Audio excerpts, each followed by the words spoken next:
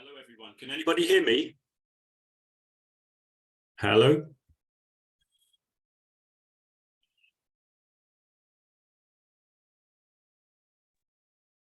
I hear you, Chris. Hi. Can anyone hear me in the room? Actually, in person?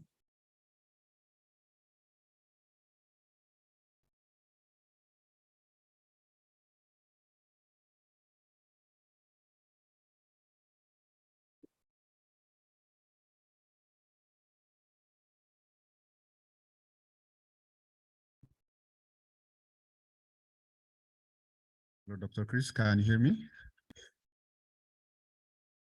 Aha, yes, I can hear you now. Hello. Okay, good. All right. So we are trying to send you the Zoom link for Dr. Gail to join us.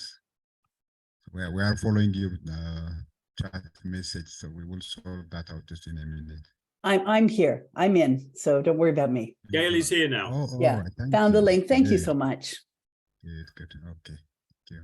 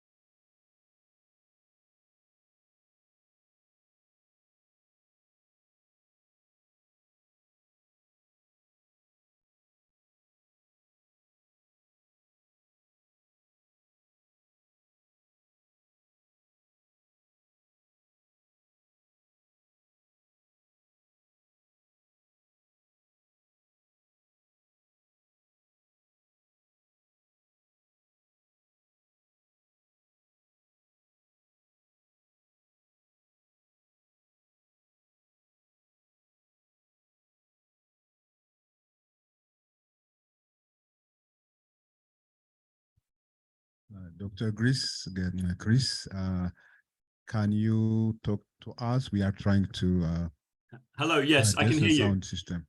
Okay. Hello, can you hear us? Yes, we can hear you. Brilliant. All right, good. Okay, we are trying to adjust the volume here in the auditorium. Thank you for that. Thanks.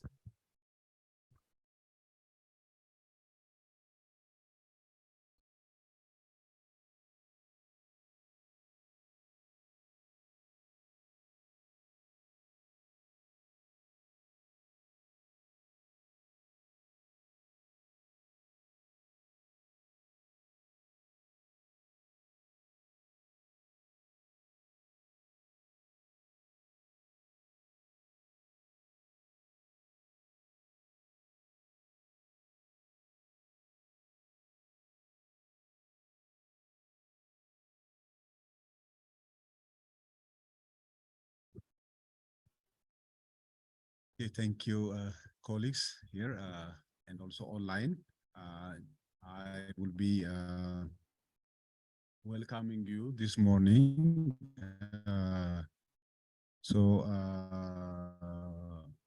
my chief, Miss Irene Onia, couldn't make it this morning. So I am welcoming you on her behalf and my own behalf for this book talk event, which is part of our knowledge sharing series organized by the Knowledge Management Services section and in collaboration with Communication, ICT Services and Publication and Conference Management section.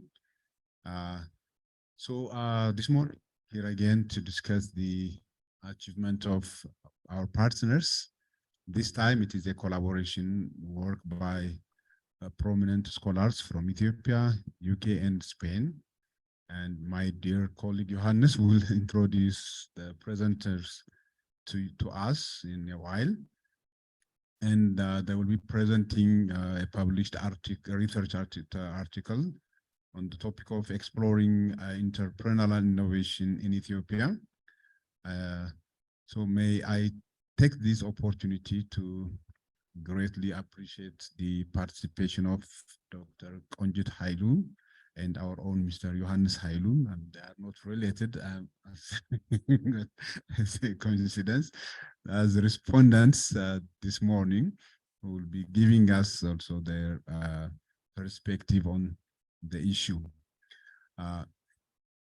And I would also ask you to join me once more in congratulating my colleague Marta, bringing us together, and also the rest of the colleagues in KMSS and our outreach and client engagement unit, and also all of the colleagues from ICT services who are handling the virtual connection. And as always, thank you, colleagues, and the PCMS, the Publication and Conference Management Services section, the sound and all related facilitation and communication in broadcasting our invitations all the time.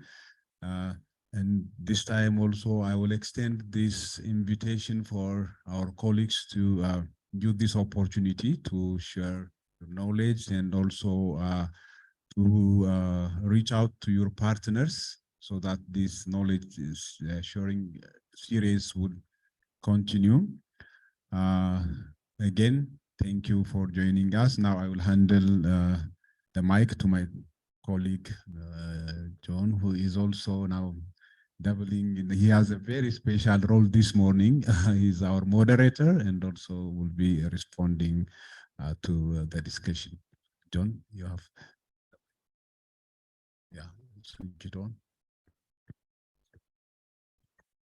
Thank you very, very much to my good colleague Girma Desalegn for welcoming all of us here on this very interesting day to discuss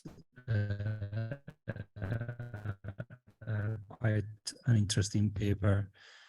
I join him in also the co-authors who have joined us online. We can hear you clearly and well.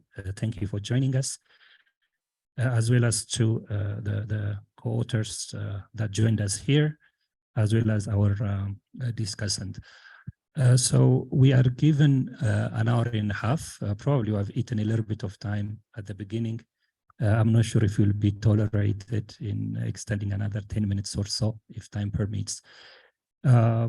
This book series is quite interesting at ECA because there's a lot of knowledge that is generated was inside ECA and by partners of ECA, such as what we have here today. And it often generates a lot of controversy, a lot of thought-provoking ideas that are very helpful since ECA as a knowledge institution is also interested to see what are emerging ideas, what are disruptive ideas in the form of thinking about development in the continent.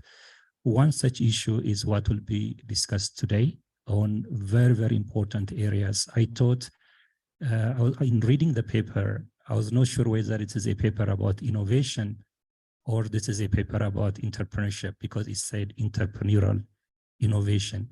Immediately, I was quite interested to dig in and understand what entrepreneurial innovation is, how that are linked, and what are the issues that could be relevant to a policy community, especially from the perspective of continental development and other issues.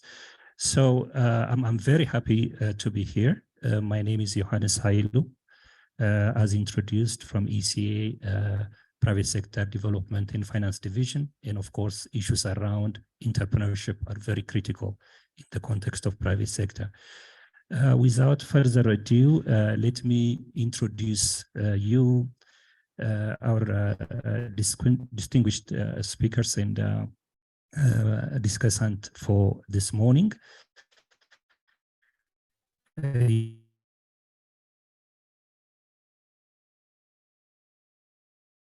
You have seen that Professor Christopher Williams, Strategy and International Business in the School for Business and Society at University of York in the UK. He's also Associate Dean of School for External Relations and Knowledge Exchange. His research interests include international strategy, innovation in international firms and contexts, health, research and development, and organizational resilience. Before entering academia in 2007, Dr. Williams spent 2 decades in industry, mostly in innovation and international environments, including 10 years with IMS Health. His research appears in numerous journals on a variety of issues. He has also published a range of teaching cases on strategy and innovation in international contexts with different publishers. Professor Christopher Williams, you're welcome to this discussion. Also joining us here is Assistant Professor Atzadeh Tesfaye Hailemariam, who is an Assistant Professor at School of Commerce at Addis Ababa University. Dr. Atzadeh has published articles and chapters on issues of women entrepreneurship, motivation, success, growth of business, and the role of socio-cultural context in which women are operating their businesses. She has also currently published an article in Research Policy Journal, which we are discussing this morning. The paper is presented at various venues and attracted an award as a Best Paper Award, and we're very happy to hear from that. So, Assistant Professor Atzadeh, you're welcome to this discussion. And third, we have also Professor Gail Allard. I hope she can hear us, who is a professor of managerial economics for IE Business School in Madrid, Spain, since 2001. She has also served as the Vice Chancellor for Research at the university.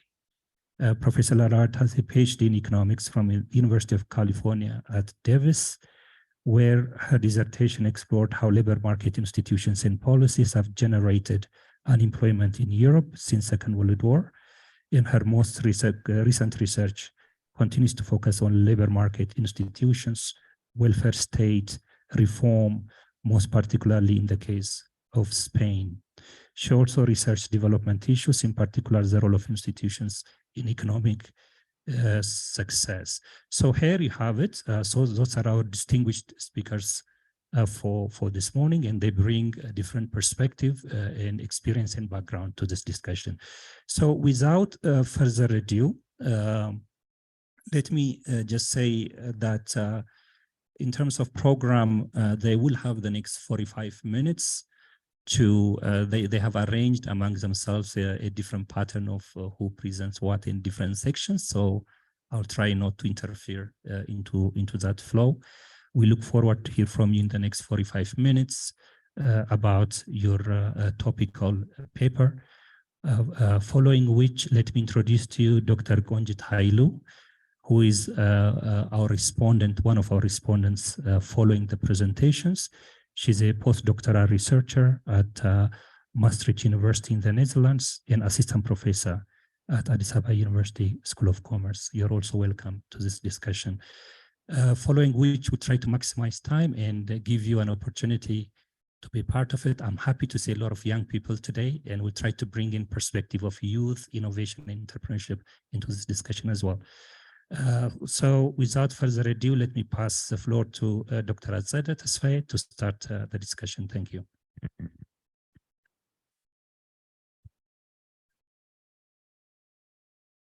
Okay, thank you, Dr. Johannes.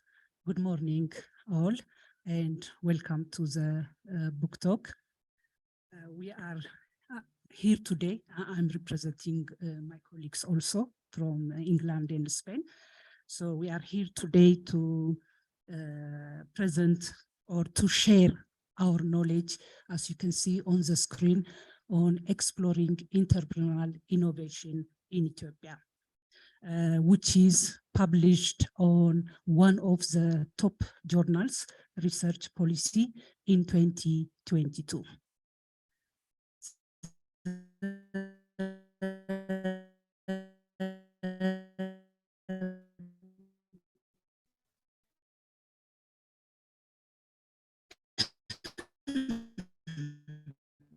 The paper is literature to explore or to get insights on a group which is not represented in the literature, but has many challenges in doing or in participating in innovation.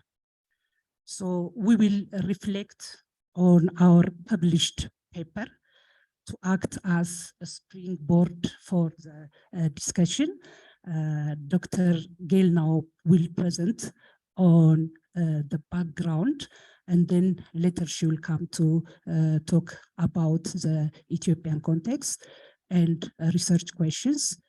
I will present the methodology, and the first author of the paper, Dr. Chris, will present that what Johannes mentioned now, the clarification of the concept entrepreneurial innovation, and of course our findings and discussion of the study of the results.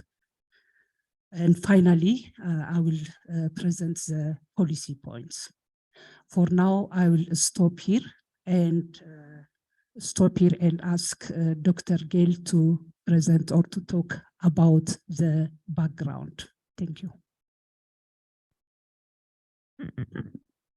Thank you, Atsede. I just need to, so I will be sharing the presentation myself, is that it?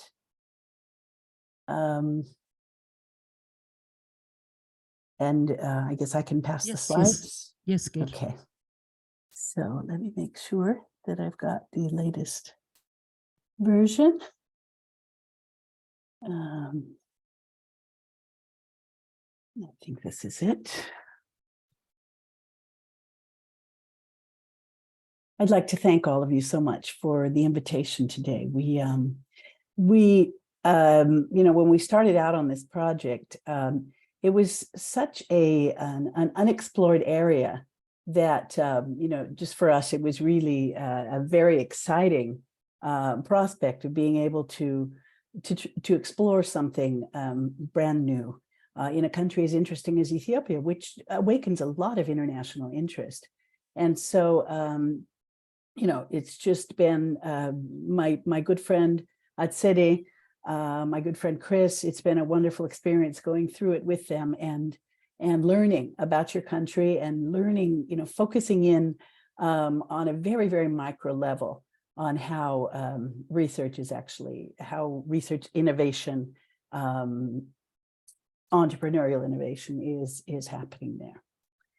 Okay. You want me to share it, Gail? I have it here. Okay, I've got it. Oh, you've got it too. Yeah. Okay, cool. So I just wanted to make sure I had the right one, Chris. I hope it's the right one. Okay.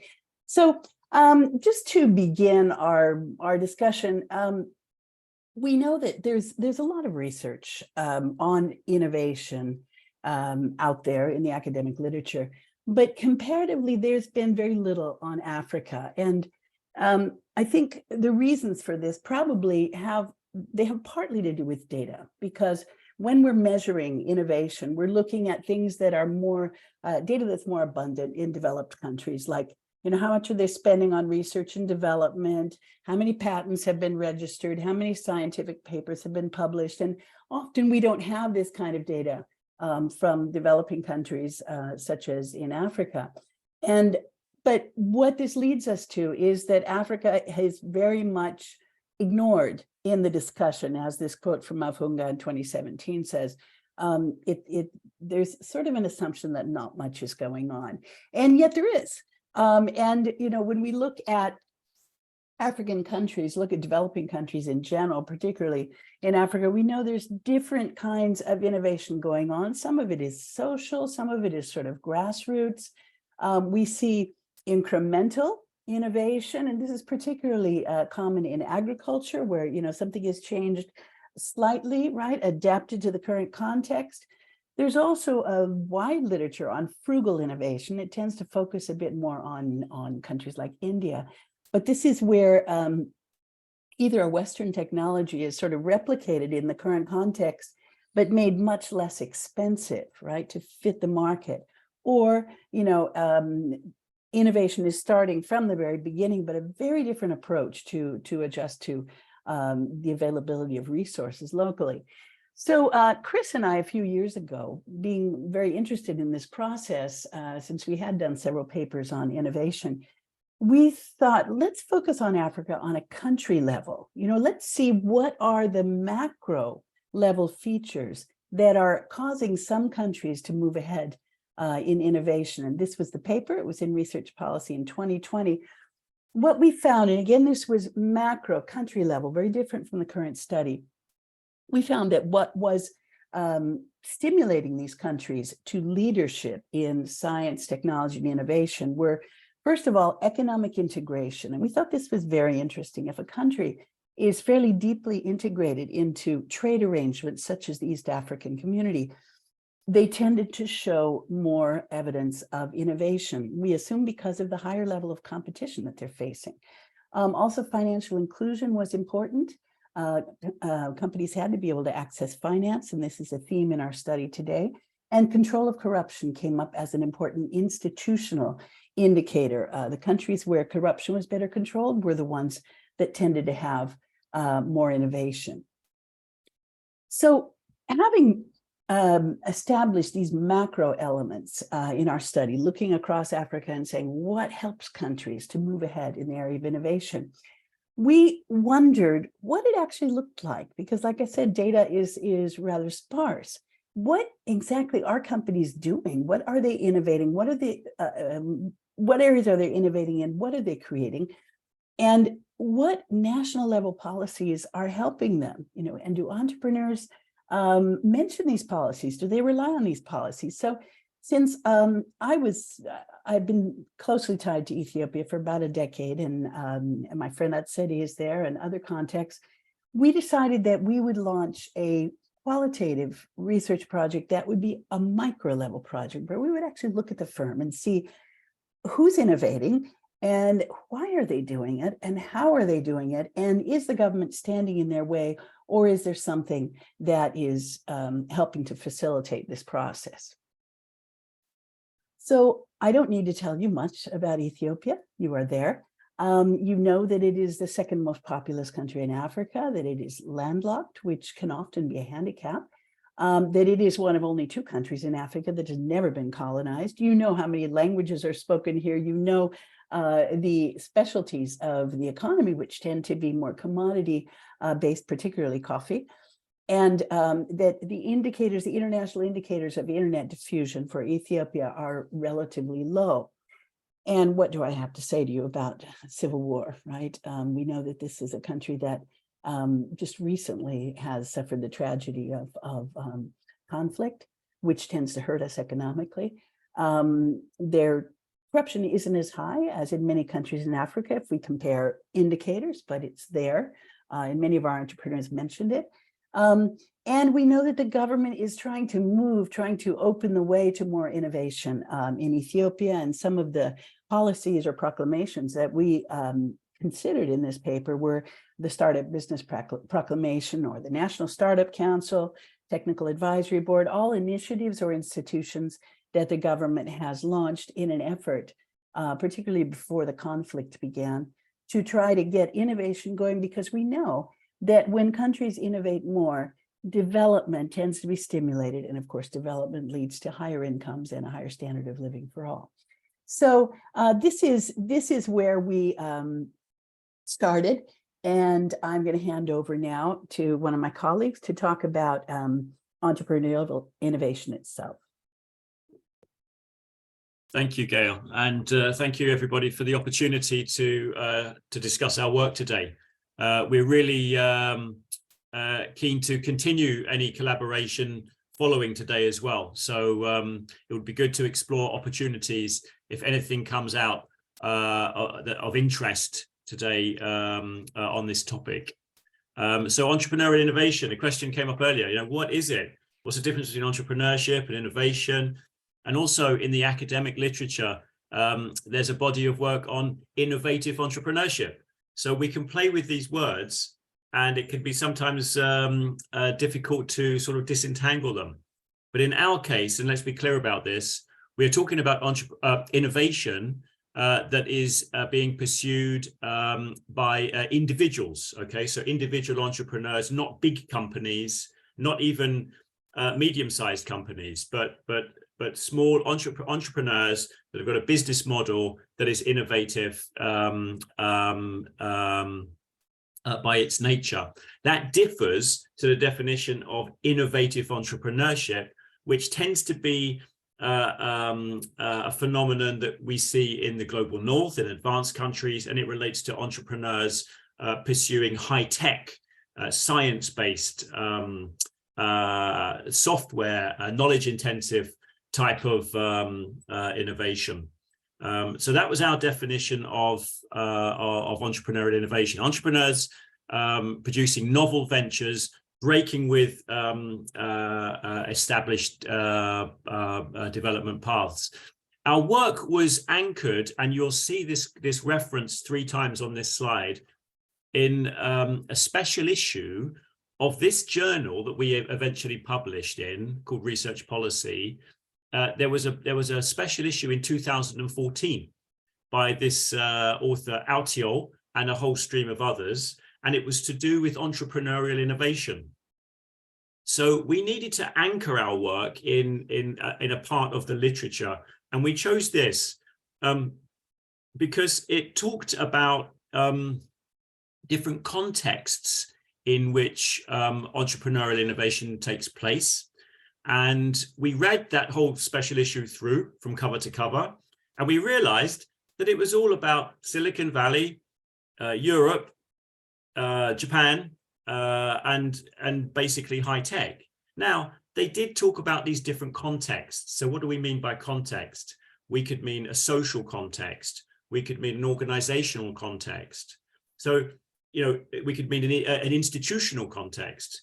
And even time, even the context of time exists for entrepreneurs, because these ventures occur over time. So this special issue exposed all of these contexts. I think there were 5 contexts in total. And we were curious to see whether these contexts were represented in the micro level data in Ethiopia. So this was the background academically. This was the sort of theoretical anchor that we applied as we went into the methodology.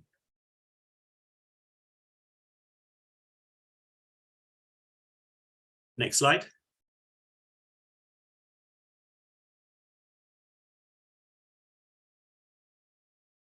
Gail, you're on mute.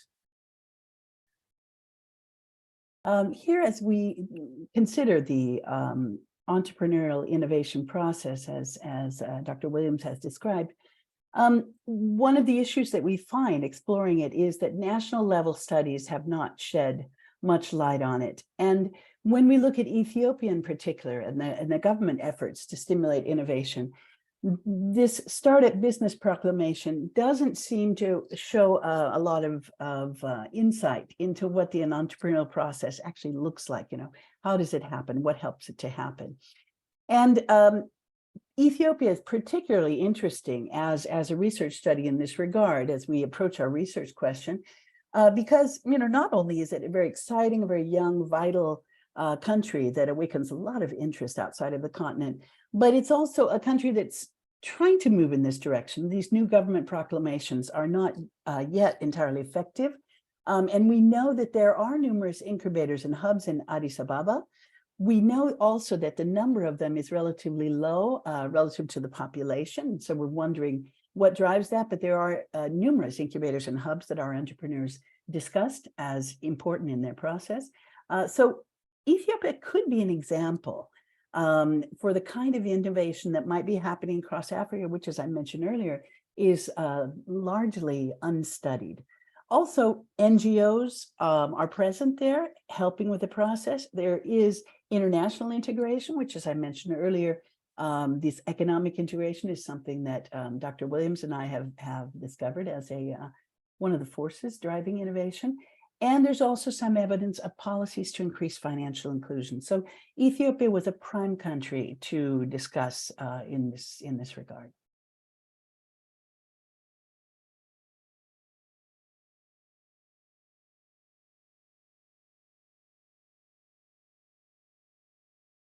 Etsedi, I think we're over to you. Sorry, the research was conducted during post-COVID, partly after the start of the Tigrayan conflict. We use a phenomenological qualitative approach in order to gain deeper understanding of the lived experience of the entrepreneurs. To find or to identify the entrepreneurs, we used our network and incubators. We contacted them to give us a list of names and their address. And after we found, or after we identified the people who are willing, of course, it was based on willingness to participate in the study, we conducted interviews with each one of them. Our purposive sample includes 15 entrepreneurs, of which 5 are male, and the average age is 33.5, ranging between 24 years and 57 years, or are university graduates. 13 of them have bachelors and 2 of them have masters. Their business age averages 5.2 years, ranging between 2 years and 15 years. 4 of them are operating in the manufacturing sector, 7 in the service sector, and 4 in the agricultural sector. So we conducted face-to-face, semi-structured interviews with the entrepreneurs. With their willingness, we tape recorded and then translated and transcribed it into Amharic.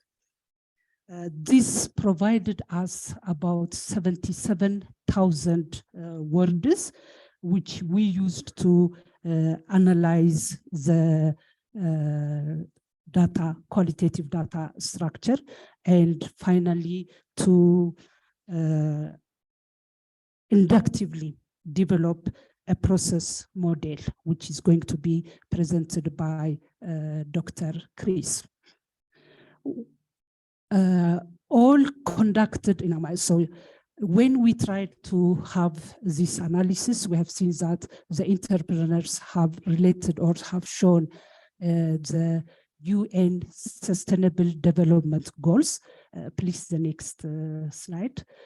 All conducted, sorry, I just have this table shows, no, I'm not going to talk all about it. This table shows that the type of innovations that they have ranges from incremental to radical in all cases. And also it shows that it is mostly technology based on sources obtained from abroad. That is the idea of the participants' innovation. Then please the next slide.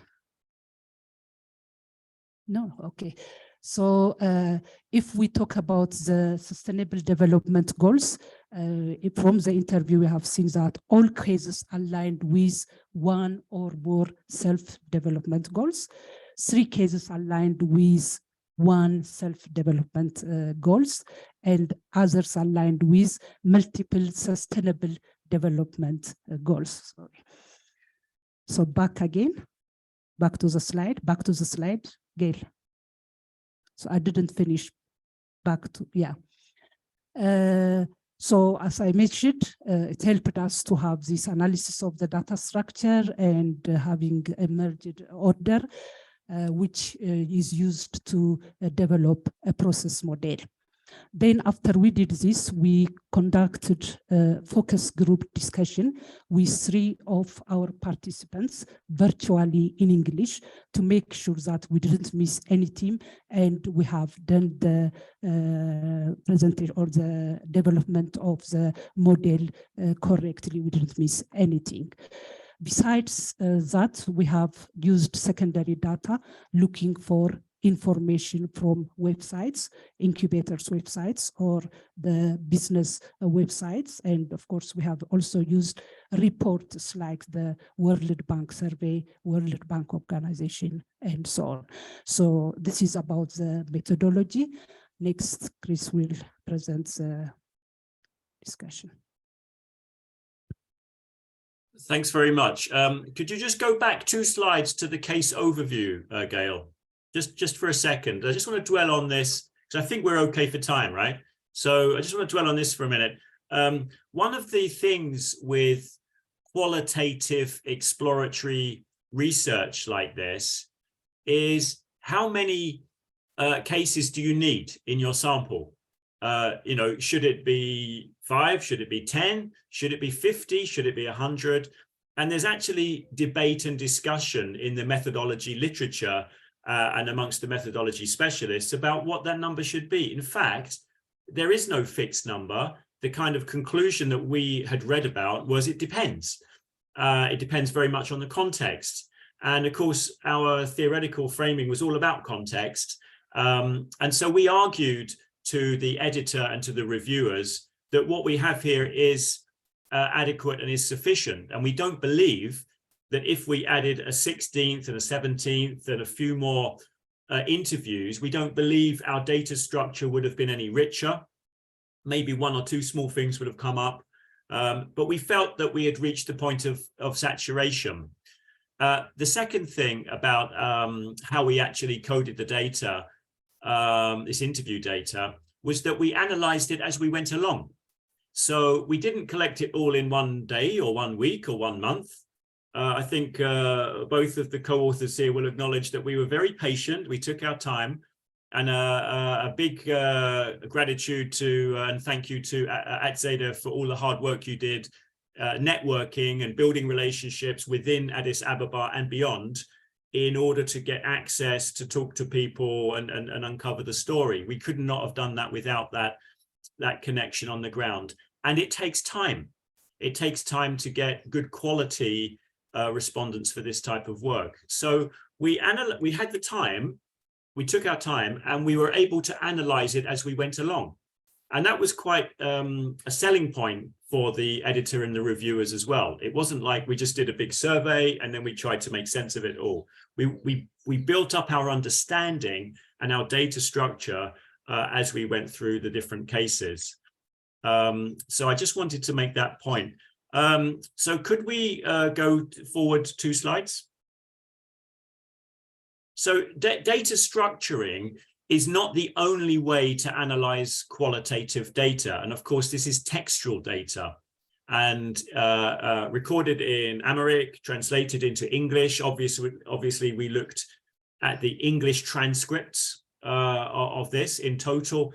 As Atzeda pointed out, we had somewhere between 70 and 80,000 words to read through. And all 3 of us read through each and every transcript. And we had multiple sessions where we discussed and analyzed. Sometimes we disagreed, but we resolved our disagreements to get the meaning of what was being said. Now, data structuring is not the only way to analyze this type of data. We chose it because we felt that it was a good way of answering our research question. And our research question was all about process. Also, the interview protocol was designed with process in mind. So we had this kind of, if you like, methodical approach to building up the building blocks of what could be a process. And data structuring seemed to be a good way of doing that. And what it involves finding examples in the text of certain elements, if you like. On the left-hand side, let's say, does the entrepreneur have experience in running a business previously, prior to the current business that they set up? Did they previously have experience? So, was that an element in the data?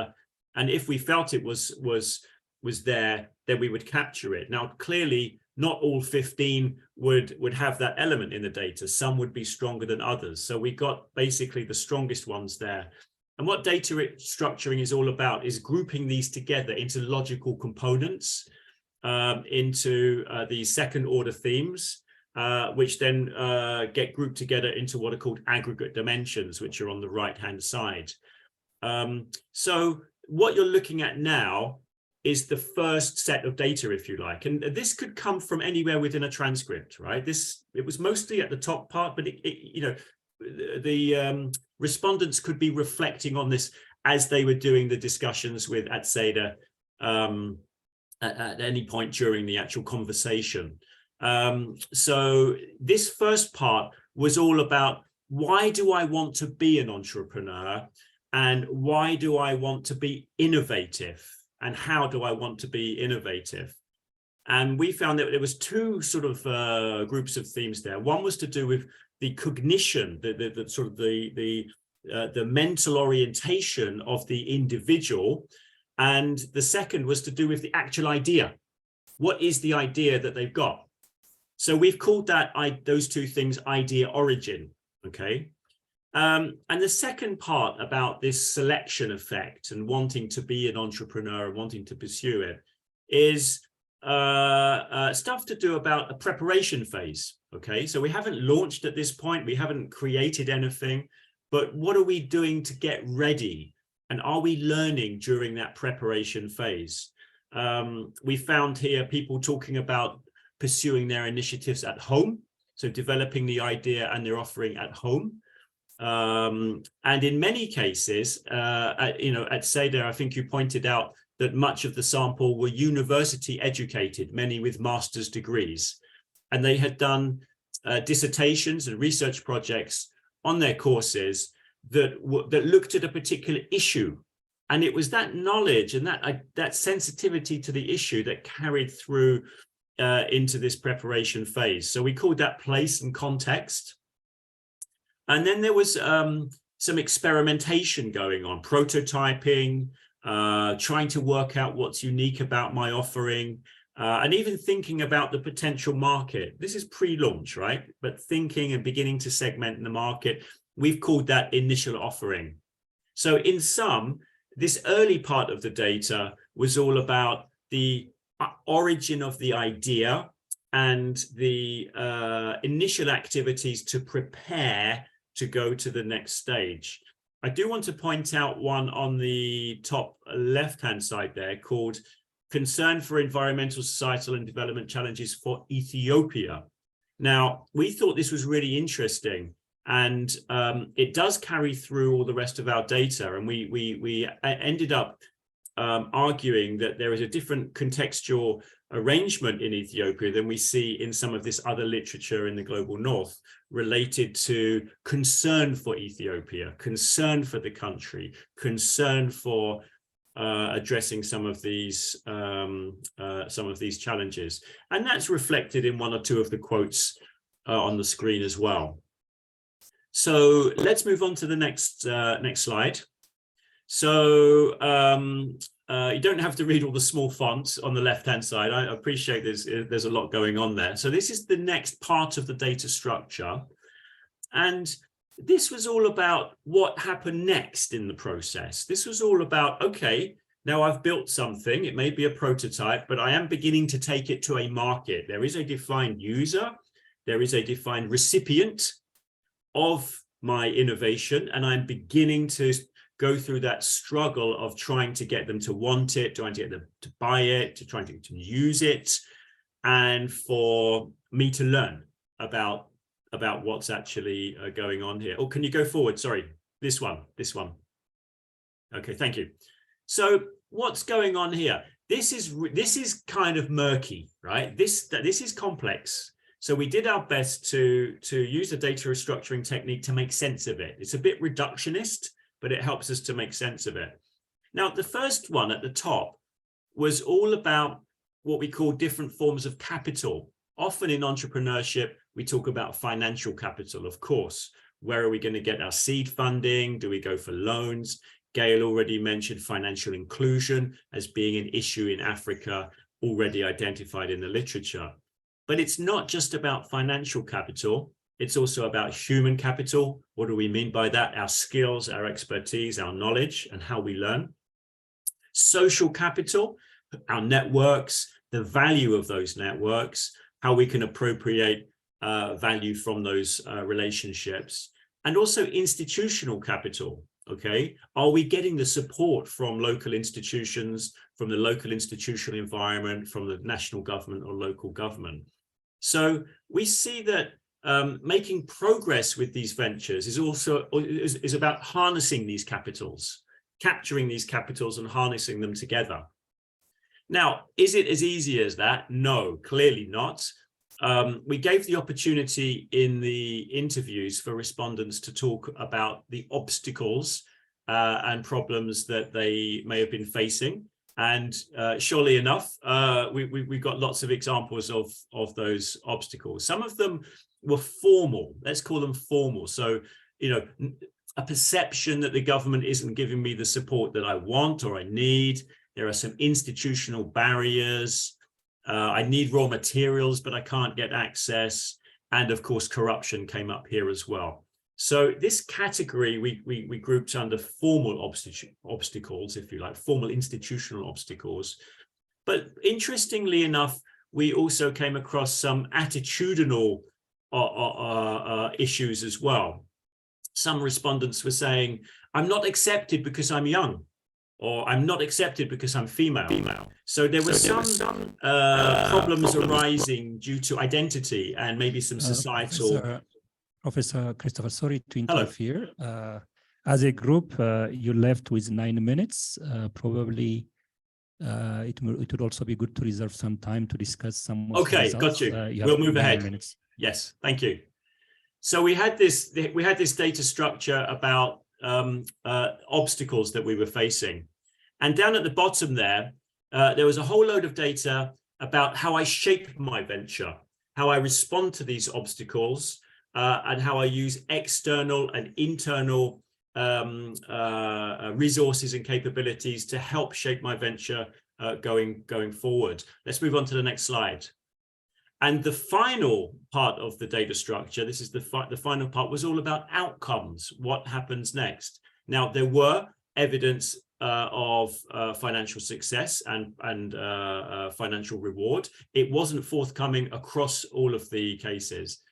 But what we did find interesting here was personal impacts. So some of the entrepreneurs were becoming influencers, and they had a message to say, and they were trying to influence the environment for entrepreneurship as well. There were also emotional outcomes, feelings of despair as well. So if we go to the next slide, we put this together into a combined emerging model, a process model, if you like. On the left-hand side are the selection effects, why I want to become an entrepreneur. In the middle is this complicated area of strategic shaping and harnessing the capital to overcome these obstacles. And on the right-hand side, we have the outcomes. So from the data structure, we map it into an emerging model that looks like this. So if we move on to the next slide, I'm gonna skip over that one in the interest of time, because we did look at, well, actually, just give it 1 second. The next one, Gail, next one. Yes. So you can see on the right-hand side, we identified what we called a national citizenship context, which is a new context that was not in the original special issue of the contextual view of entrepreneurial innovation. And we believe that this is something quite special in Ethiopia. It may be in other countries as well to be explored, but this was this desire and passion within the entrepreneurs to do something for the country. Thank you. So we'll move on to our final slides.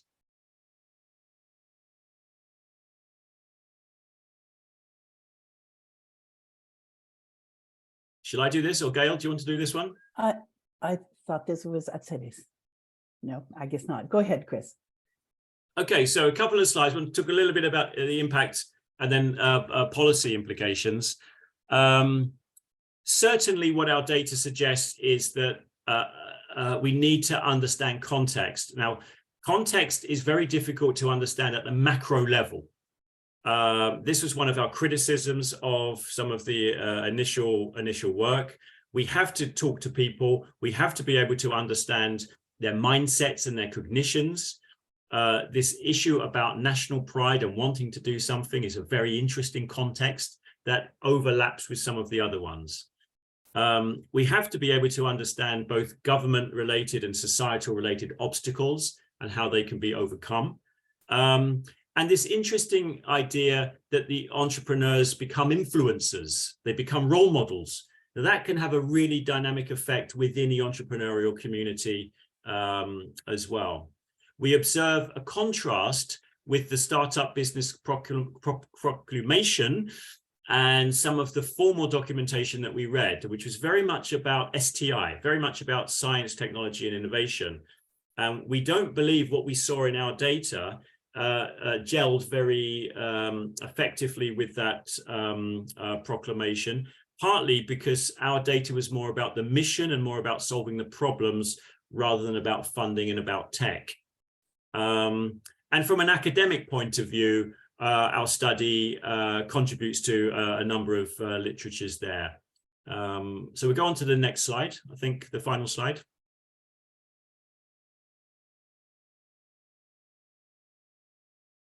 I think this is A number Atselis. of policy implications arise from our study. The obvious ones are, as usual, facilitating land access, new businesses, streamlining bureaucracy and making it more efficient. Low cost or government subsidized finance is one that is mentioned, or which is the obvious one.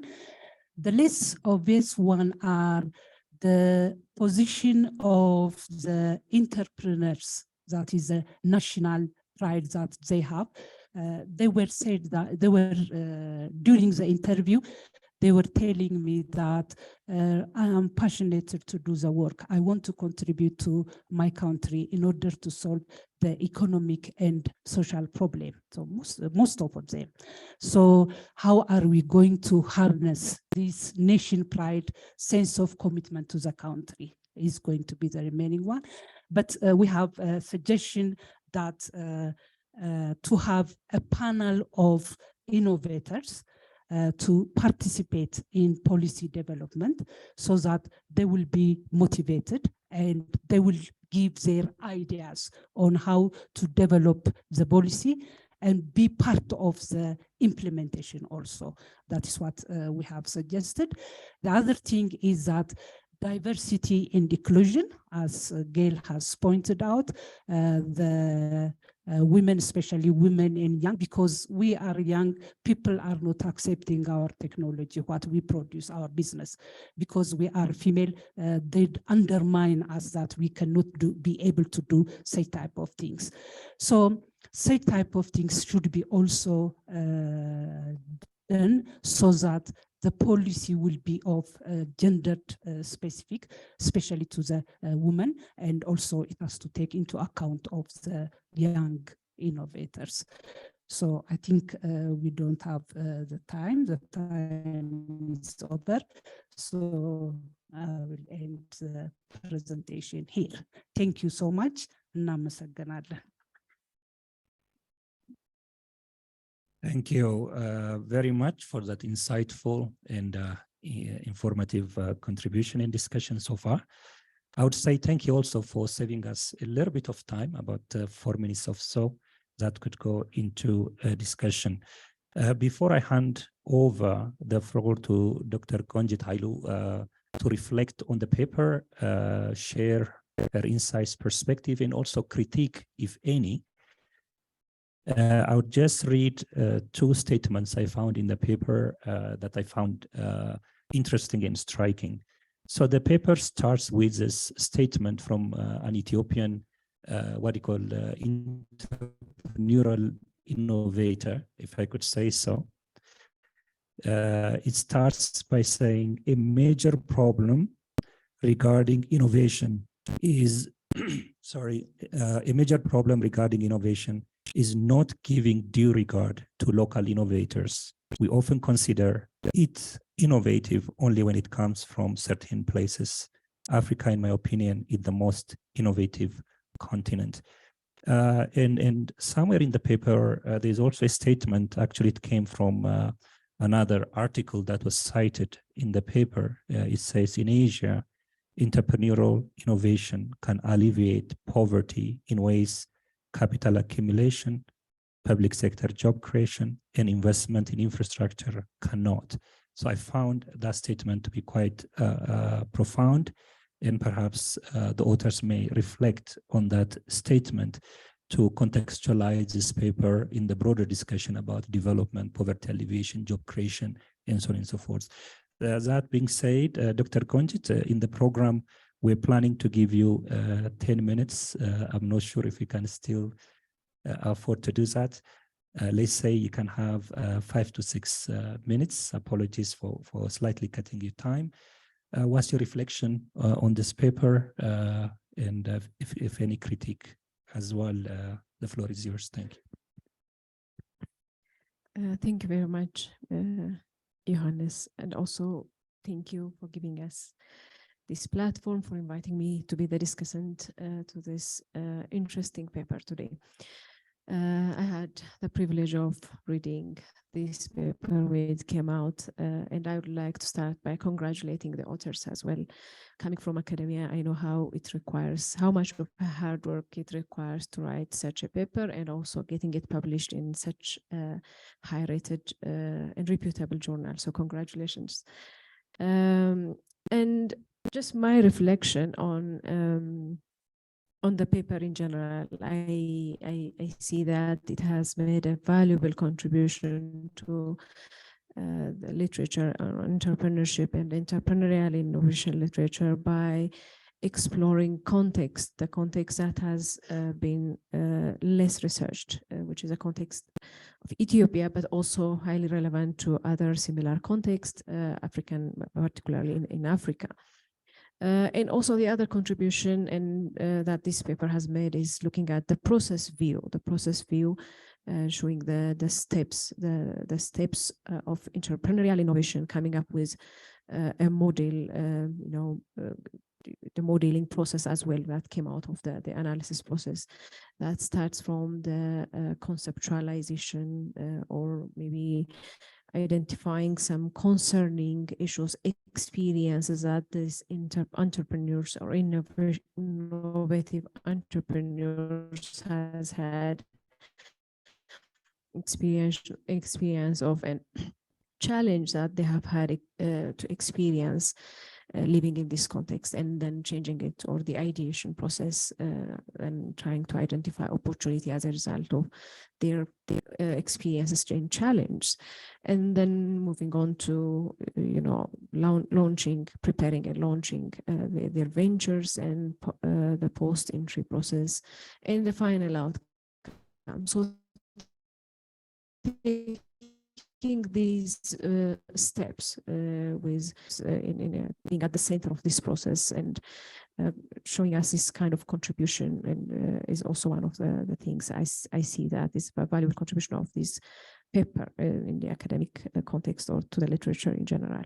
And in addition to that, I would say the approach taken by the research, this particular study, is also the exploratory study, and trying to use the phenomenological approach, describing and also reporting the lived experiences of the entrepreneurs, the 15 entrepreneurs that you have interviewed, conducted in-depth interviews with, and also the rigor in approach analyzing, and also making sure that the model that you came up with was validated by your participants.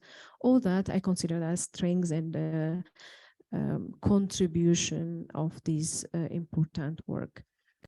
And the focus taken by this study at the macro level, studying at the micro level, focusing on the individual innovator rather than the country context is also one addition to the literature, I would say, and listening to the voices of the participants. That gives some, important perspective to policymakers and even those in development context, because it clearly describes their values, attitudes, and experiences, including the challenge and obstacles that these entrepreneurial innovators pass through.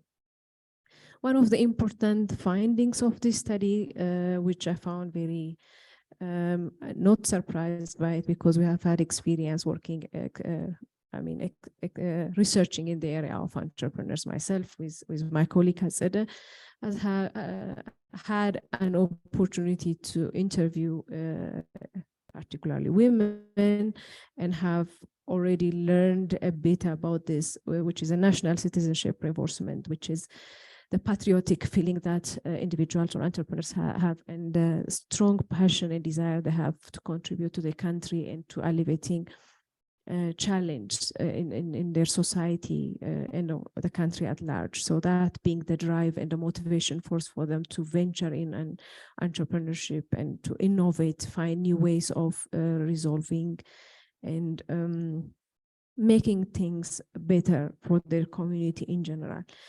One recent study, if I can connect this with a recent case study research that we have published, is particularly studied on cultural and creative industries of one entrepreneur who's participating in marketing innovative eco-friendly product. She was sharing with us her strong desire to change the face of Ethiopia with each and every product that she markets, that she takes to the market. Each and every product that she comes up with has its own story that to tell to the community, to her clients, both within the country and also abroad. So that in a way is a passion and a drive for her to keep going, to just scale up her business and also venture in a way that helps her. And also she thinks that will change not only the face of Ethiopia, but also the face of Africa in general, because maybe sadly what was true when the research context was introduced in one of the slides, Ethiopia was, one of the terms was famine, right? Which is sadly true, but such entrepreneurs have the very strong desire to show a little bit of a different experience, different face of our nation and also continent in general. The obstacles were also reported, and I'm surprised to see that finance was not among one of those, but I see that institutional barriers were reported in the social context. Diversity and inclusion, especially this is very much critical for women being excluded, undermined, and in addition to that, it's not very clearly reported in the paper, but in our previous work, sexually harassed, even very accomplished women entrepreneurs, but when they go to different offices, just having to deal with such kind of unwanted advances from different individuals was a challenge. And these things are, the reality and obstacles. But we also learn from this paper how they navigate the resourcefulness of the entrepreneurs, how they navigate in their resilience as well, how they try to go through and still persist in becoming and keep going and continue to achieve their goal and dream in becoming entrepreneurial, innovators as well. And it shows also they are not passive users of technology. That what the research findings has indicated is they are not passive users of technology, importing it from the developed world, but they try to adapt it to the context that they see fit. They bring the technology and try to make things, try to adapt it so that it fits into our system. It somehow works to our community. It somehow helps alleviate or somehow reduce a particular challenge and problem in our context. And the role of education was one thing that I take as a key takeaway for me, maybe perhaps because I come from higher education institution. It is close to home perhaps, but it shows in the study how going through particular formal education, higher education, has helped give them some kind of perspective or somehow insight into possible opportunities for these participants, and the importance of higher education institutions contributing in entrepreneurial innovations. Things that I think might be worth to look into maybe as a future study, or maybe my reflection. Looks now we talked about maybe the national pride comes from Ethiopia not being colonized and so on and so on, but there is a collectivist culture. What for instance, the Ubuntu philosophy. So how do the collectivist culture, that society becomes very much at the center in trying to give and maybe trying to make things better for our community instead of just taking the profit focus when you are initiating and establishing a business. So what would be the role of these findings, or how can we see the findings of this study in light of such kind of philosophies and realities in the larger African context? Temporality was central in the process view, but I also wanted to look at temporality at a micro level, like looking at the individual's journey. What would it mean? Like maybe perhaps looking at a longitudinal approach, just maybe following these individuals, trying to see how do they do, where are they now, maybe a year from now. So instead of just asking them at one point, or maybe having one data point, maybe just asking them, going back and tracking and looking where they are now, what have they learned? So are they still so much passionate about making things better for Ethiopia? So those are the things that these are my reflections. So I stop here. Thank you.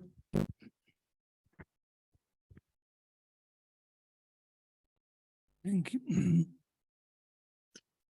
Sorry.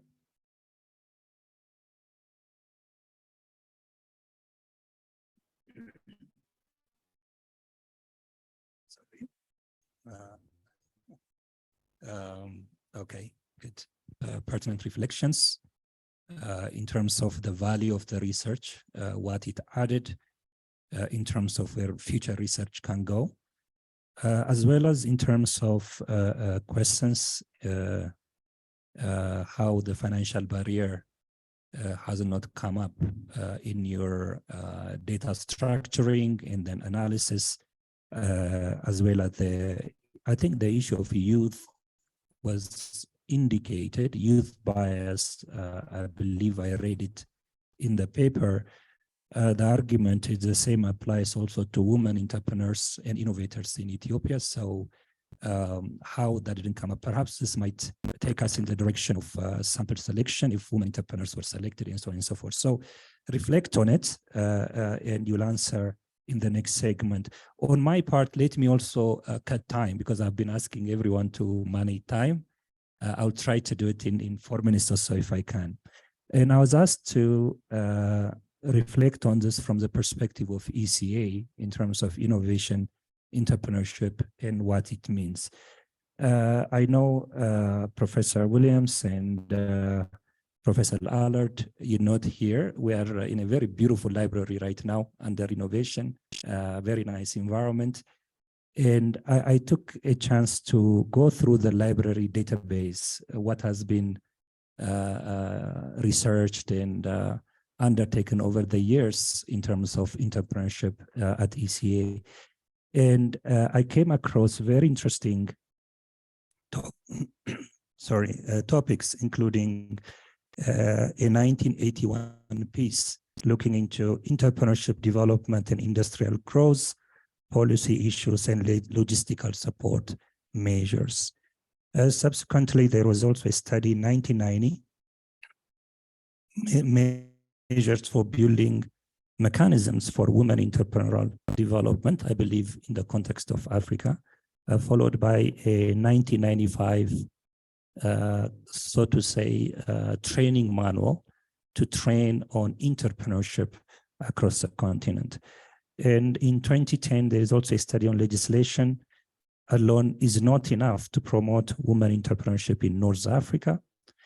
And the most recent one is ECA and the International Chamber of Commerce launching centers of entrepreneurship with partner institutions across Africa. So you can see since the 1980s, there has been this perennial interest about entrepreneurship, about innovation, I suspect largely because of the huge implications this could have on development. I would like to base the reflection of ECA on the basis of a 2019 study on women entrepreneurship report, which looked at, in a narrower context, about entrepreneurship and what is required to encourage women entrepreneurs in the broader continent. And it was arguing the importance of, it dichotomizes two aspects of entrepreneurs. One is entrepreneurs as the result of necessity, and the second category is entrepreneurs as a result of opportunity. And it is arguing that those who go to city are mainly in informal sectors, lower degree of education, and so on and so forth. Therefore, conditions and the structure of labor markets and others put them in entrepreneurial ventures as a matter of necessity. Then it tried to look at opportunistic investment and look at women in the context of that context, and huge difference in terms of entrepreneurial success. And then it also identifies the important issue of inclusive finance, and directly related to the degree of innovation in women businesses and women entrepreneurial ventures, leading to the conclusion that investment in skills, in education, in training is quite critical, especially for women business owners, a critical component. So this goes to the earlier comment by Dr. Konjit, the importance and criticality of financial inclusion, as is highlighted here as well. At a broader macro scale, we believe Africa is a player in acquiring, generating, and applying knowledge to development challenges.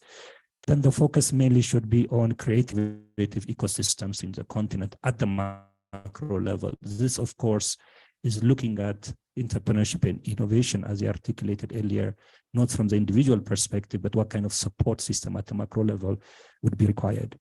At the most recent 9th African Regional Forum on Sustainable Development, the need to strengthen national and regional science, technology, and innovation ecosystems is highlighted by fostering innovation, promoting entrepreneurship, and investing in research and development, not only on adoption and contextualizing technology, but trying to create some local technology as well by investing in R&D.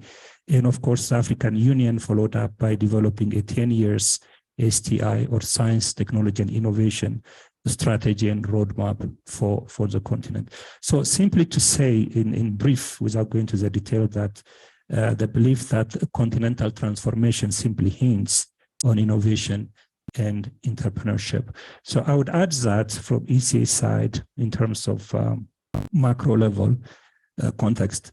Now, proceeding to the discussion, let me say, I know those of you are following online. Please try to text your questions. I don't know if you'll be technically able to give you the floor. We can. Okay, I'm told you can also take the floor if you'd like. You can raise your hands. If not, you can text your questions. In the meantime, those who are attending here in the room, particularly the youth, we are very eager to hear from you in terms of what all of this means to you. So just to kickstart that discussion, let me say that 70% of Africa is below 30 years old today. That is a statistical fact. Africa is a very young continent. And we are told by 2040, the largest workforce, not in the continent, in the world, would be the African young workforce. It would be much bigger than the workforce in China or India or anywhere else. This is going to be a massive, young, large continent. Therefore, issues around development, job creation, opportunities become absolutely critical in the coming decades. Therefore, it would be very interesting to hear your perspective in terms of how this entrepreneurship and innovation discussion relate to that impending developmental opportunity and challenge that is coming to the continent, which is going to be, it's already very young, it's increasingly going to be massively going in that direction. So I will put that as a context. If there is anyone who would like to take the floor, we're prioritizing our young participants here in the room. Do not be afraid. Every opinion counts. We welcome your input, suggestion. If you have question, you are all welcome. With that, we'll transition to our panelists, and then they'll give their initial feedback.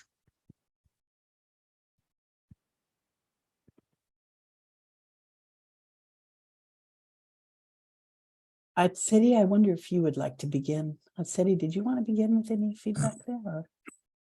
There is a young lady in the room who would like Okay. to add a question or comment, and then Professor Gael, you can start.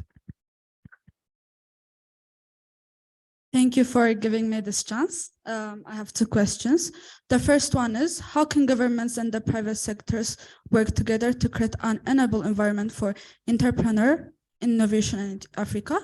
And the second one is, how are Ethiopian entrepreneurs leveraging technology or to drive innovation and growth? I believe the question is clear. Professor Gael, the floor is yours. Thank you. I'll start out, and I'm sure Atsedi, Chris, you may want to jump in. But I think the young people who were in the room, as we were talking, I was thinking how much you would have all enjoyed reading the transcripts of what these innovators are doing. As we went through the slides and we had those tables with their specific innovations, which you probably couldn't read. I think that's the fascinating part of the paper for you, because we actually walked with these entrepreneurs through their journey. You know, what need did I see in Ethiopia? And what did I try to do in order to meet that need? And I think you would find it very inspiring. I think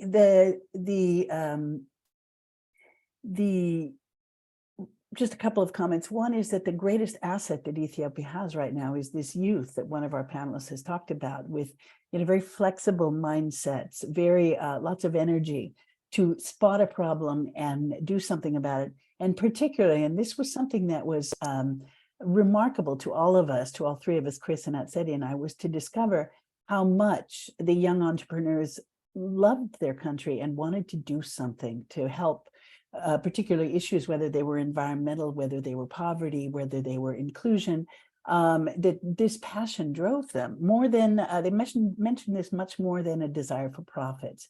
And we even talked among ourselves about whether we should try to replicate this on an African level to see if this is an African characteristic, or is this just Ethiopia, as one of our panelists mentioned, that is a country with a collectivist mentality, collectivist culture, where people are wanting to do something for others. But in my view, and I know my co-authors will have other comments, what should the government do? I think from my perspective, it's less a strategy and more facilitating. In other words, removing the kind of obstacles we found in our interviews. I can't get a permit. I can't get land. I'm finding obstacles in the government. Of course, facilitating financial inclusion. This was very correctly mentioned by some of our panelists as an issue, and we did discover it in our interviews. That they were having trouble finding money for their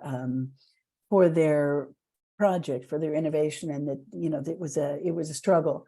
But I think opening markets, removing obstacles, is more important than going out and sponsoring a specific sector. And I think this is what Ethiopia could do, was just to lighten this bureaucratic burden to try to facilitate financial inclusion.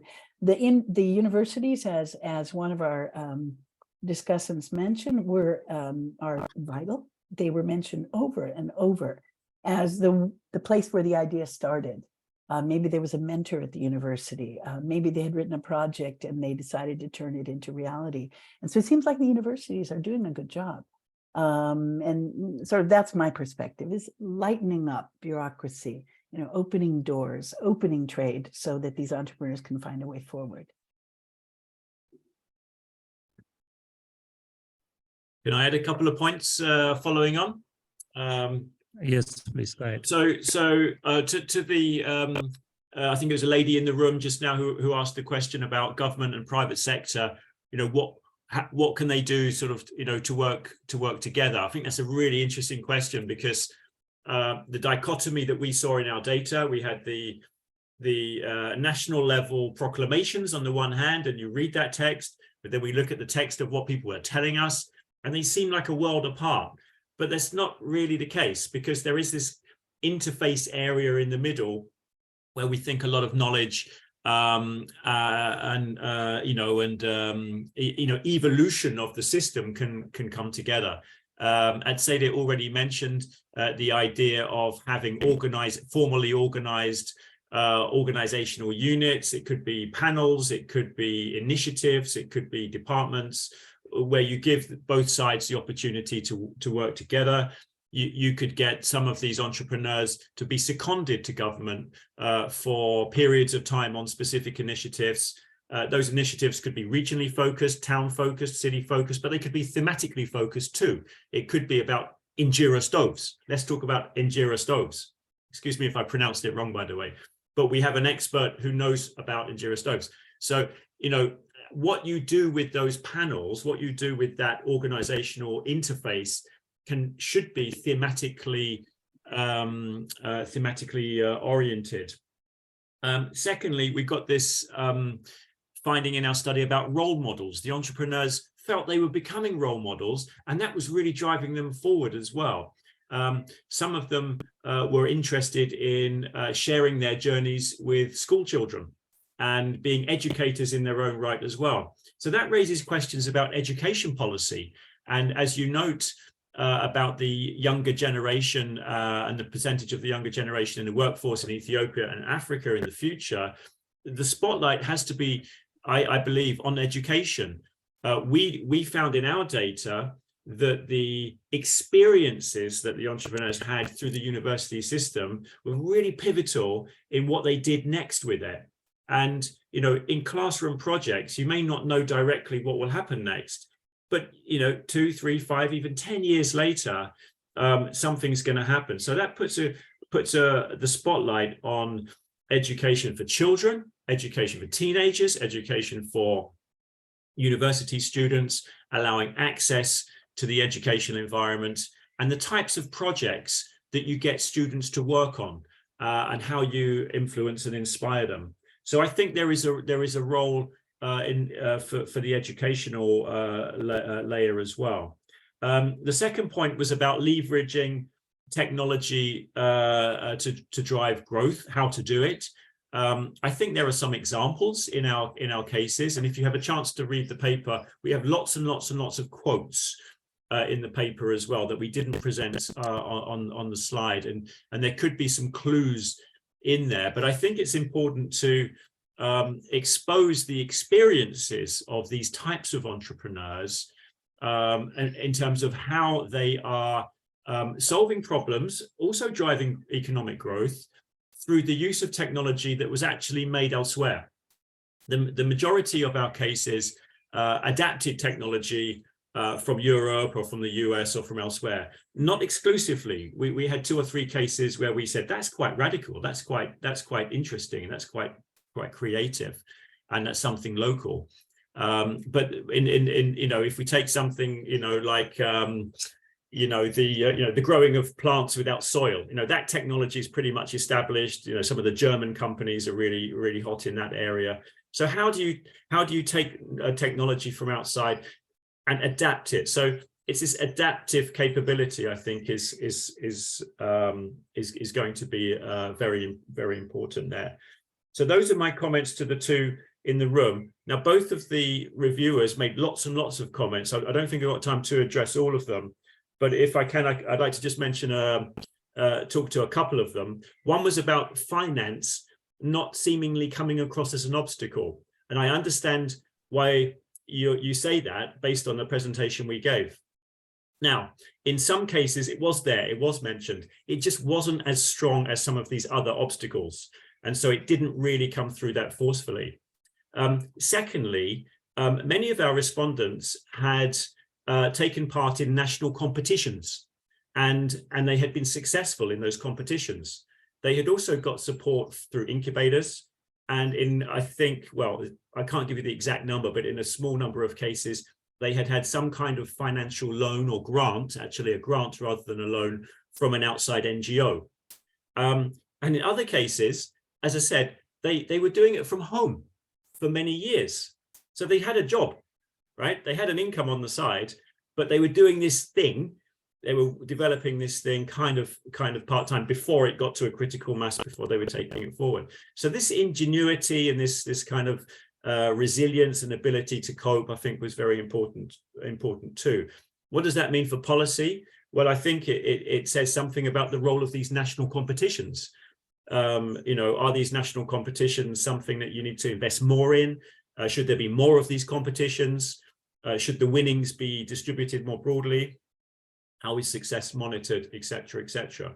So the role of the national competitions, I think, was really important. And I don't want to hog all of the floor, but one final comment, I think it came from Konjit about temporality and as a next step, finding out where they are now. I would love to do that. I would love to repeat this study with the same 15 cases, sort of 2 to 3 years since we collected that original data, and find out what's happened in the meantime. I think that's a really, really good idea, and stay with this sample maybe over 5, 10, 15, 20 years, and keep coming back every 2 years and following them through, because some of the things we've been talking about, they're becoming role models, they're trying to influence government, they're trying to have a broader impact in society. That's going a lot further than just the profit seeking motive that we kind of see in the global north, about entrepreneurs wanting to be the next tech superstar. So it'd be lovely to find a way, maybe we could work with your organization to do this, or to do something like this, to sample these entrepreneurs using the same kind of method over the next couple of decades even. Anyway, that's my comment to some of the things that have been mentioned so far. Thank you for that. I think let's give a chance if there's anyone online, where I promise that we'll come back to them. Is there any comment or question? If anyone wants to take the floor and is online, you can. We're running a little bit out of time, but we'll pause and then give you a chance. I think in the next round, I'll give Dr. Azadeh a chance to also reflect on everything that has been said. There are, of course, a lot of questions. I wish we had an extra hour to do, but time is limited. For example, Africa's labor market, informality, and implications to entrepreneurial innovation. I know this is an area Professor Gail has worked a lot on, labor markets. This is an issue in Africa, where the informal sector in some cases can account up to 80–90% of employment and economic activity. It's a very important sector. There's a report that indicated Uganda is the most entrepreneurial country in Africa, and it also has the highest informal sector structure in the economy. So there seems to be some anecdotal connection between the two. It would be interesting to explore that further in the research. And there is also appreciated the idea that it's not only the profit motive, there are all kind of complex layers, what you called in your study context, that affects the success or failure of entrepreneurs and what they decide to do and how innovative they become.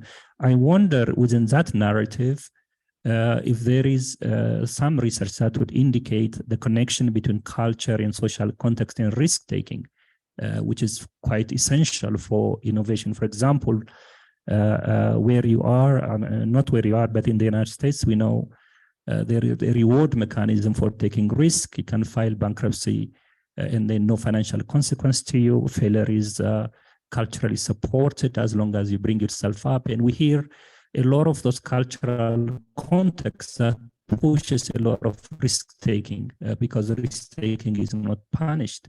And in fact, it is in some cases rewarded. So what's the relationship of that context to risk-taking behavior, which is so critical to put it out there personally? And so there are a lot of issues also in terms of Ethiopia has put a lot of good policies, business startup proclamation, Peace Startup Council, a lot of regulations, encouragement. And then in the paper, it was saying self-employment in Ethiopia, even though that data is from 2012, I wish it can be updated, is at 12% as opposed to the sub-Saharan Africa average of 28%. So how come policy intention is not being matched up by actual entrepreneurial and innovative growth on the ground? What's the disconnect between the policy intention at the macro level and what's happening at micro level? I don't know if what you call context is a mitigating and controlling factor. So there are a lot of interesting issues to unpack. Unless there is any burning issue from the audience, you'd like to take the floor, I'll give it to Dr. Azadeh to say a little bit on this. These are just ideas and questions for you to take from here. There is one online. Okay, we promised, so we'll give the floor. Proceed. Tersit. Okay, Tersit, the floor is yours. Please go ahead.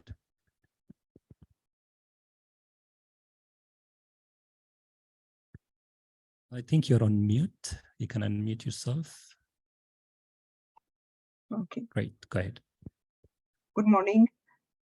First, I will start with my apologies because I didn't get the chance to see the paper.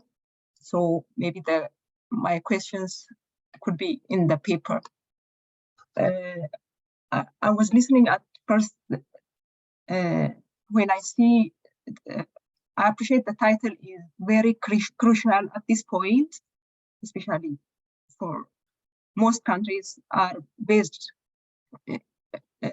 for a country like Ethiopia with highly populated young people, innovation is the basic way to create more jobs. So I'm really glad you took this study. And when I see the sample size, I was worried at first, but then when I see the quality of the data, the sample type, and the depth of the study, I am very much impressed. And I want to congratulate you. This is really useful work on the ground. What I see as a challenge when I see the obstacles in the formal part, rules and regulations, the tax rules are not mentioned at all. Because Ethiopia has very fast inflation, around 30% every year, and the tax rate is not revised more than a decade. That makes most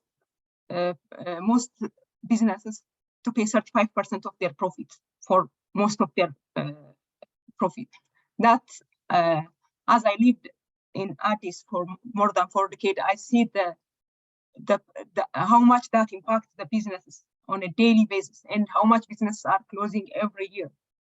And I'm not sure if you have included this as an obstacle where it's the biggest obstacle for business to close faster every year in the country. I want to see. I want to see if you saw that as a challenge, or even though you have focused on the innovation part, not financial profit, but that's also anybody who invests in SAP has to get a kind of minimum living profit from it to survive in the system. Therese, thank you so much. Sorry to cut you. I think your question is well received. In the interest of time, let's let Dr. Alzadeh to handle this particular question, and then we will proceed. Yes, as you mentioned, in facing obstacles, we didn't have idea of this tax rate. It was not mentioned by our respondents. Mainly their focus was especially on the innovation part and getting their product in the market. But they were talking, besides the tax rate, they were talking about the problems that they have to get materials from abroad because of this foreign exchange rate. That is also the other thing that is mentioned by the entrepreneurs. But to reflect from the other points that you have mentioned, you have the data of 2012. It is the data taken from Global Entrepreneurship Monitor, which is published every year. And in that year, Ethiopia is presented only in one of the year in 2012. And that is from where we got this data. We don't have data any other. Every year, all other African countries, sub-African countries, about 20 are included, but in the study Ethiopia is included only once, that is in the year 2012. So my friends have already mentioned most of the things, especially these national competitions that we see nowadays coming up also on televisions and so on. The science Technology and Innovation Ministry is also trying to get high school students to participate in innovation and show their cases. So there are a lot of opportunities for youngsters or for innovators to do work or to come up with a solution that is going to solve the problem, the economic and the social problem of the country. Innovation is a necessity when we take it, consider it in terms of Africa. What I want to mention is also the innovations that they have. For instance, if you take the innovation of environmentally friendly shopping bags. So she employed women who are not educated, who are staying at home to prepare the trade. So just this helps to alleviate also poverty. Not only that, the seed ball case also, to prepare the seed balls, these are women's and young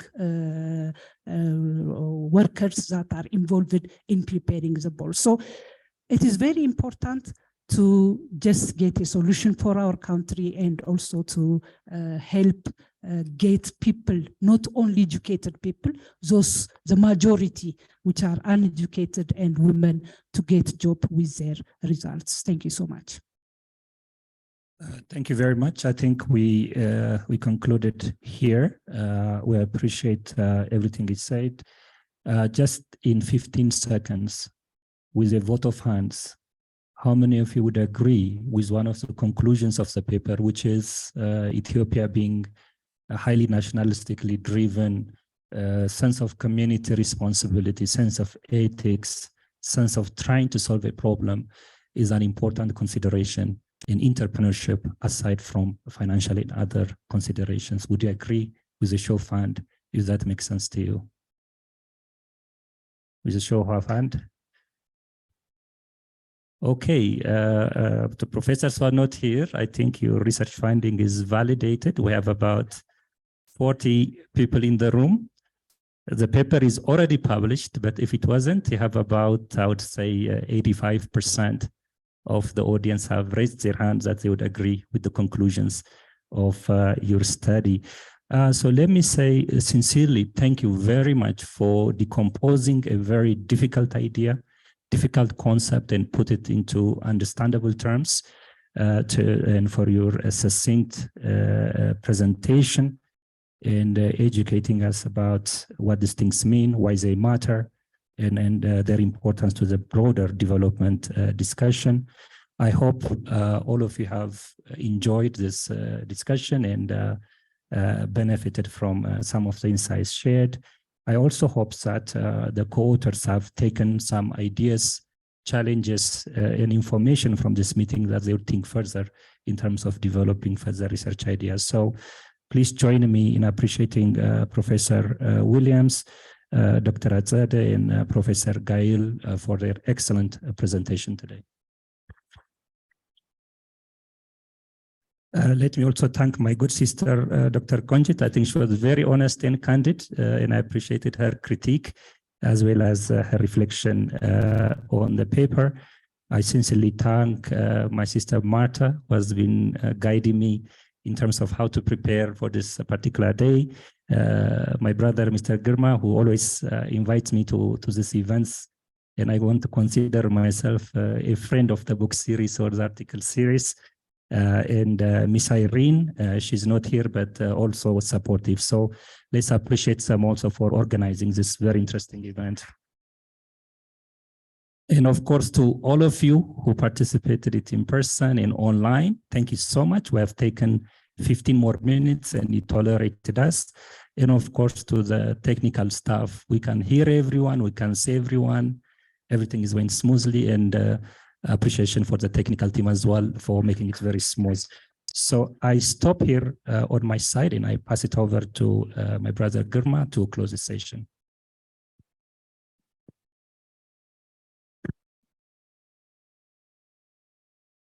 Really, really, it's greatly appreciating the whole team here and also the moderation of my colleague Johannes. This is one of the wonderful knowledge sharing events that we have. This event was interrupted somehow because of our renovation project in the library and other oncoming and competing events that we are doing. But thank you for really having given us a very interesting time together in the management aspect of it, but also intellectually we have seen really very, very critical issues raised, and I'm sure all colleagues have taken note of. But also, I just want to pick one particular group here from the British International School, very young high school students who joined us this morning, for your interest and also motivation to follow in, this level of research and, knowledge discussion, and also very pertinent questions that you have raised. So thank you. We really appreciate you. Appreciate also their teacher, Janet, for being here always in this kind of events. We appreciate you, and I think we have taken a lot of time from everybody, so we close it at this point. Thank you very much.